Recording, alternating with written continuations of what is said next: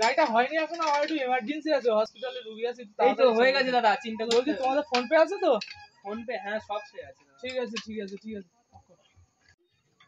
আপনার বিল হয়েছে ৩,৪৫৮ টাকা। আচ্ছা ফোন পে নাম্বারটা বলুন। ফোন পে আমাদের তো নাম্বার নেই, আমাদের স্ক্যান বার আচ্ছা করে। স্ক্যান, হ্যাঁ ঠিক আছে ঠিক আছে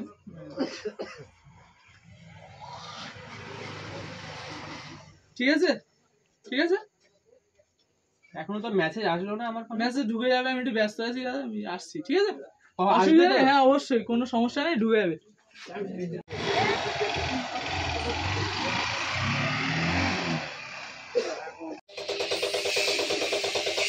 দুদিন হয়ে গেল এখনো টাকাটা তো আসলো না। টাকাটা তাহলে কি মানলো না? যা, আমার টাকাটাই জলে গেল। হায় হায় রে, যা।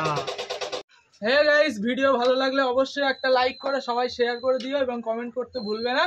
এবং সবাই সতর্ক থাকো, আজকে অনলাইনের যুগে কেউ এভাবে ঠকার চেষ্টা পাচ্ছে, কেউ ইচ্ছে করে কেউ ঠকে না, অনেকে ঠকানোর চেষ্টা করছে। সবাই সতর্ক থাকো, অবশ্যই টাকা মারার সময় ফোনটা অবশ্যই ভালোভাবে চেক করে টাকা ঢুকলে তারপর কাস্টমার ছাড়ো। সবাই ভালো থাকো, ভিডিও ভালো লাগলে আবার ভিডিও আসবে।